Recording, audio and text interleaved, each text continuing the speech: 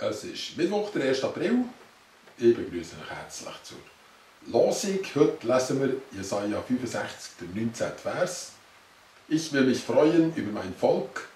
Man soll in ihm nicht mehr hören die Stimme des Weinens, noch die Stimme des Klagens. Im Lehrtext sagt Jesus, passend zur Passionszeit, ihr habt nun Traurigkeit. Aber ich will euch wiedersehen und euer Herz soll sich freuen und eure Freude soll niemand von euch nehmen. Das steht Jesaja 16, Vers 22. Ihr kennt ja vielleicht das Phänomen von zwei Bildchen, vorher, nachher. Früher war das ja eine berühmte Reklame gegen Glatzen, so wie es mir jetzt so langsam entsteht. Man hat ja aber auch vermutet, dass wahrscheinlich die Bildchen ein bisschen vertauscht wurden, weil so buschige Haare hat man nie, nachdem man mal eine Glatze hatte.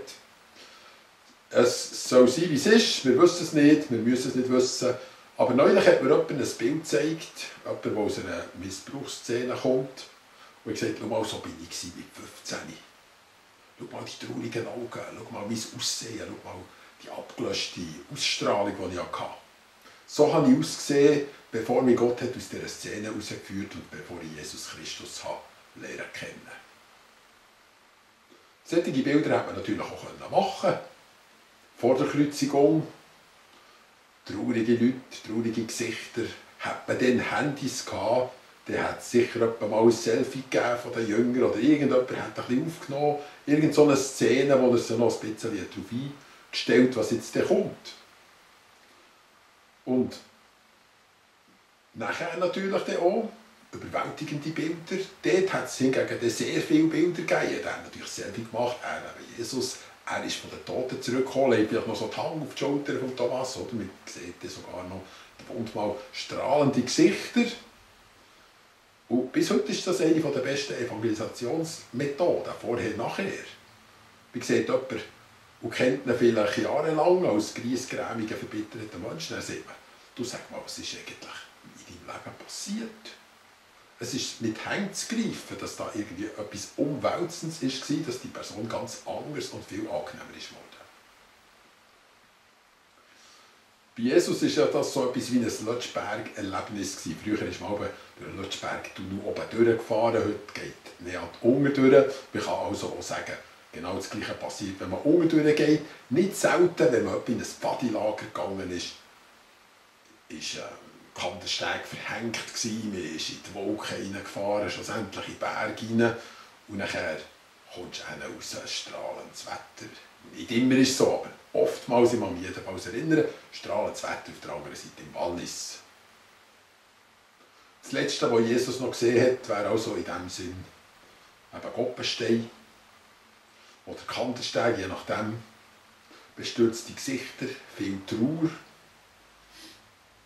Und das Erste, was er sieht, am Ostermorgen, Walliser Wetter, das Licht der Welt, wo er ja selber auch ist, aber jetzt kommt er raus, aus dem Tod, fassungslose Freude, Freude, Tränen sicher bei den Jüngern. Und von dem redet er ein bisschen vorher. Er muss durch den Tunnel vom Tod durchgehen, dass die Gesichter verändert werden. Nichts anderes kann ein Herz, das betrübt ist und immer so ein bisschen den Todesgeruf in sich hat, ich kenne das selber sehr gut, nichts anderes kann ein Herz aufhellen und für immer in eine Freude eintauchen.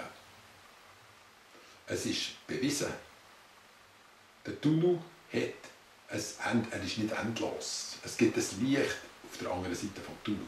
Für die glauben, ist das eine bewiesene Sache. Also es ist klar, mir ist Jesus begegnet. Wir weiss, der Tod ist besiegt. Wir schauen das noch ein bisschen näher an. Das Licht am anderen Ende des Tunnels. Stellt euch mal vor, eine Gruppe von Leuten steht dort vor dem Tunneleingang. Nehmen wir jetzt mal den Alten, den von Goppenstein. Leute, die noch nie etwas gehört von Eisenbahn, vielleicht Leute aus einem anderen Jahrhundert sind dort. Das ist alles ein bisschen jetzt fantasiert.